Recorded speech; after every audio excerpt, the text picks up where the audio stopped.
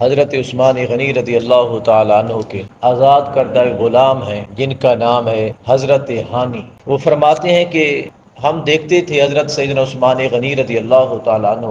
آپ کے سامنے جنت و دوزخ کا بھی تذکرہ ہوتا تھا اور قبر کا بھی تذکرہ ہوتا تھا۔ آپ فرماتے ہیں جب حضرت عثمان غنی رضی اللہ تعالیٰ عنہ کسی قبر کے بارے میں سنتے یا قبر کا تذکرہ ہوتا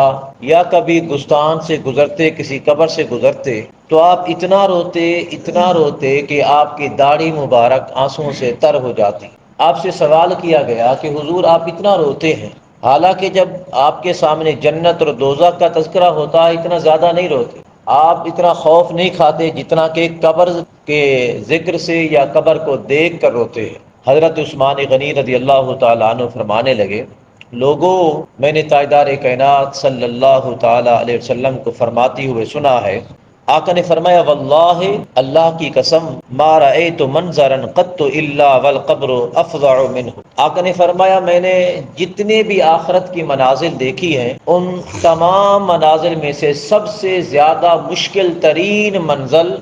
قبر کی منزل ہے۔ اور پھر آقا علیہ الصلوۃ والتسلیم کے فرمان کو بیان کرتے ہوئے کہتے ہیں کہ یہ پہلی منزل ہے آخرت کی، ابتدائی منزل ہے۔ اگر یہ آسان ہو گئی تو باقی منازل بھی آسان ہیں، اگر یہ مشکل ہو گئی تو باقی منازل بھی مشکل ہو جاتی ہے۔ اللہ رب العزت ہر کسی کو عذاب قبر سے بچائے۔ آقا علیہ الصلوۃ والتسلیم نے فرمایا لوگوں، لذتوں کو توڑنے والی چیز کو کثرت سے یاد کیا کرو۔ صحابہ کرام نے جب پوچھا آقا لذتوں کو توڑنے والی کیا چیز ہے، کون سی چیز ہے؟ آقا علیہ الصلوۃ والتسلیم نے فرمایا وہ موت ہے اور قبر ہے۔ آقا علیہ الصلوۃ والتسلیم نے فرمایا کہ قبر ایک ایسی چیز ہے جو انسان کو ہر روز پکارتی ہے، پکار کے کہتی ہے کہ اے میری پشت پہ چلنے والا، میں مسافری کا گھر ہوں، میں اندھیرے کا گھر ہوں، میں کیڑے اور مکوڑوں کا گھر ہوں، میرے اندر روشنی نہیں ہے، میرے اندر تنہائی ہے، میرے اندر روشنی کا بھی سامان لے کر آ اور کوئی ساتھی بھی ساتھ لے کر آ۔ یہ روزانہ قبر پکارتی ہے۔ اور پھر آقا علیہ الصلوۃ والتسلیم نے فرمایا جب کوئی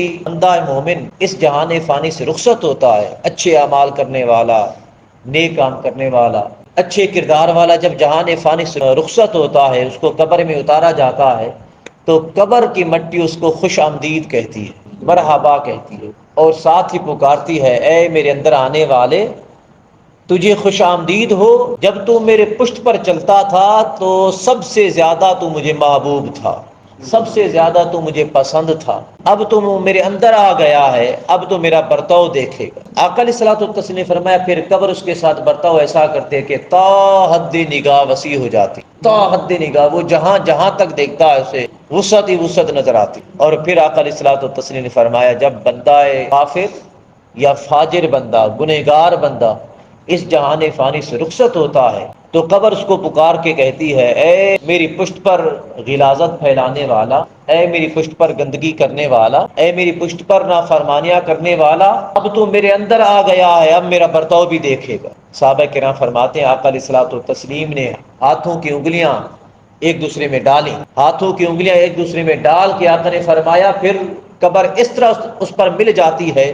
کہ ایک طرف کی پسلیاں دوسری طرف ہو جاتی ہے، اس کا بدن چور چور ہو جاتا ہے۔ آقا علیہ الصلوۃ والتسلیم رونے لگے۔ آقا نے فرمایا لوگوں، اس عذاب قبر سے رب تعالیٰ کی پناہ مانگا۔ یہ قبر، یہ انسان کی پہلی منزل ہے۔ آقا علیہ الصلوۃ والتسلیم فرمایا یہ قبر انسان کے لیے یا تو جنت کا باغ ہے یا پھر جہنم کا گڑھا ہے۔ کئی لوگ ایسے بھی ہیں کہ مرنے کے بعد ان کے لیے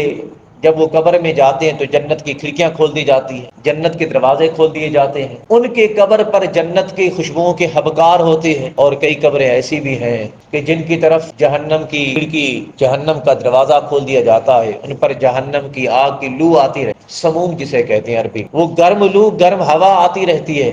وہ عذاب قبر میں مبتلا رہتے ہیں۔ آقا علیہ الصلوۃ والتسلیم نے فرمایا ان پر 70 اژدہا مسلط کر دیے جاتے، قبر کے اندر 70 اژدہا مسلط کر دیے جاتے ہیں۔ آقا نے فرمایا ان میں سے اگر ایک اژدہا بھی زمین کی پشت پر بھیج دیا جائے،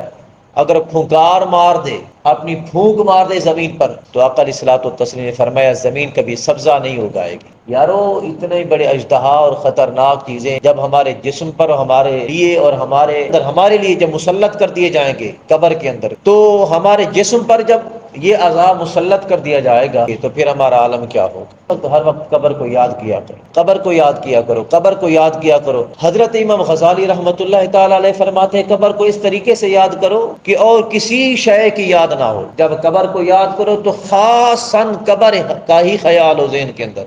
اور کوئی خیال نہ ہو۔ اور پھر امام غزالی علیہ رحمہ نے مثال قائم فرمائی، آپ نے فرمایا جس طرح بندہ سمندر کی لہروں میں بہہ جائے، اب وہ نکلنے کی کوشش کر رہا ہو، تو فرماتے ہیں میں آپ لوگوں سے پوچھتا ہوں کہ جب وہ سمندر کی لہروں میں بہہ رہا ہوگا تو اس کو سوائے کنارے کے اور بھی خیال ہو سکتا ہے؟ باہر نکلنے کا جو کنارہ ہے صرف اسی کا ہی خیال ہوگا نا، صرف اسی پر نگاہ ہوگی۔ آپ فرماتے ہیں اپنے آپ کو جب موت کے بارے میں سوچو تو اسی طرح رکھا کرو، سوائے موت کے، سوائے قبر کے اور کوئی شے کا خیال نہ آئے۔ فرماتے ہیں یہ ہے یاد قبر کی، جب یہ یاد آئے گی تو پھر انسان قبر کی تیاری کرے گا۔ اور بعض بزرگان دین فرماتے ہیں کہ قبروں کی زیارت کیا کرو، قبروں پر گیا کرو، جب گستانوں میں گیا کرو تو سوچا کرو آج کوئی اور سویا ہے یہاں پر، کل ہم آنے والے ہیں، آج یہ کسی اور کا مقام ہے تو کل یہ ہماری جگہ بننے والی ہے۔ اب کسی کو کچھ معلوم نہیں کہ ہمارا وقت اجل کب آنے والا ہے، سو ہر وقت اپنے وقت کو اپنے مد نظر رکھو، اپنی نگاہ کے سامنے رکھو، موت کو اس طرح سامنے رکھو کہ سامنے ہمارے پیالہ ہے موت کا، ہم پینے والے، بس یہ معلوم نہیں کہ کب پینا ہے، حکم آ جائے کہ ابھی پیو اس کو، ابھی تمہارا وقت آ گیا ہے۔ کیوں ہی وقت آنے والا ہے پھر مہلت ملنے والی نہیں، وقت مقرر نہ ایک لمحہ پہلے نہ بعد، عین لمحے پر رب کریم کا بلاوا آ جاتا ہے، اے میرے بندے آ جا میرے پاس۔ ایک آیت کریمہ کا مفہوم ہے کہ رب تعالیٰ ارشاد فرماتا ہے اب تیری آنکھیں کھلی ہیں، اب تیری آنکھیں کھلی ہیں نا، اب تیری جب آنکھیں کھلی ہیں تو سارے جہان کو دیکھ لے، سب کچھ دیکھ لے۔ کہ موت کے وقت انسان کی نگاہ اتنا وسیع ہو جاتی ہے کہ اگر اہل جنت میں سے ہے تو جنت میں اپنا ٹھکانہ دیکھ لیتا ہے، اگر اہل جہنم میں سے ہے تو اہل جہنم اپنا جہنم میں ٹھکانہ دیکھ لیتے ہیں،